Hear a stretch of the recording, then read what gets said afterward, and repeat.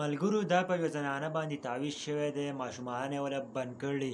دا د کلاونۍ راغوښتې ده، د هغه موږ چې ورته ګوډیا کوایو دی راغونجه کړل او په دې کې یې وله بچي څه کړي، بند کړلي. پښتنو موږ کم طرف ته روان یو، زموږ معاشره کم طرف ته روان ده. موږ ولې پردي کورونه ورانو، ولې موږ یو داسې کار کوو، یو ظلم کوو؟ ځکه چې اوس دغه ماشومان ونیسي نو تا ته به څه فایده وشي او به تا ته څه نقصان وشي. نو دا کارونه مه کوئ که نه، دا زیاتې ښځې کوي او خدای دا ایسته کړي غرق کړي دا ښځې، ځکه چې زیات کارونه ښځې کوي. او دې ته وګوره جادوګرې تعویضونه ټول د ښځو کار دی ګوره ښه. او دې وګوره چې دا یې څنګه طریقه کړل. دا ویډیو درته شریکوم، دا ویډیو ور سړي ته ورسوئ چې داسې بې غیرته پکې شته ګوره ښه. دې ته وګوره د بلې ښځې ماشومان بند کړلي چې د هغه ماشومان ونشي. یو مسلمانې ته به څه فایده وشي دې نه چې دې ماشومان وشي یا ونه شي. نو راځئ ویډیو راسره وګورئ او د ثواب په نیت باندې د نورو ملګرو سره هم شیر کړئ. او بیا سره زه خپلې هم یو څو خبرې کوم، یو حقیقت نه خبروم چې دا څه چل دی. ته وګوره دا زمونږ مسلماني ده او زمونږ ایمان دومره کمزوری شوی دی. تاسو وګورئ په دې شیزونو باندې یقین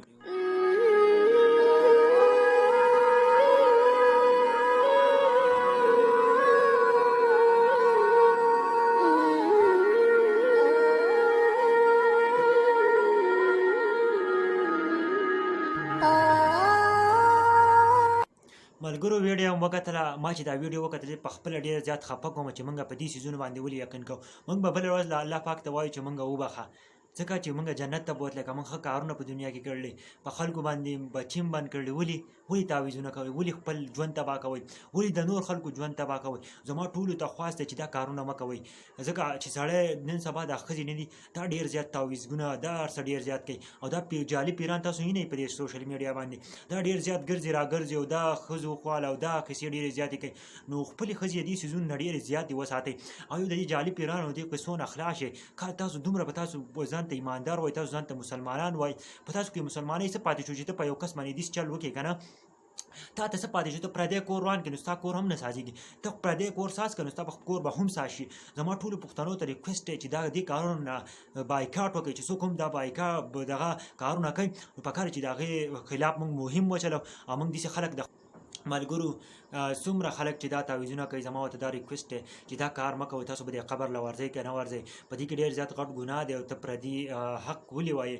که هغه د بچي وشي نو تا ته څه تکلیف دی، یا تا ته یو ښه څه فایده ده، یا تا ته فایده به درته بیا هم وشي. که چېرته یو خپل خلک دی جو خامخا به ته فایده وشي نو چا ته دا نقصانونه مه ورکوئ، چا ته غلط نظر مه ګورئ، د چا کورونه مه ورانوئ. او دا تعویضونه دا کیسې پرېږدئ مړه.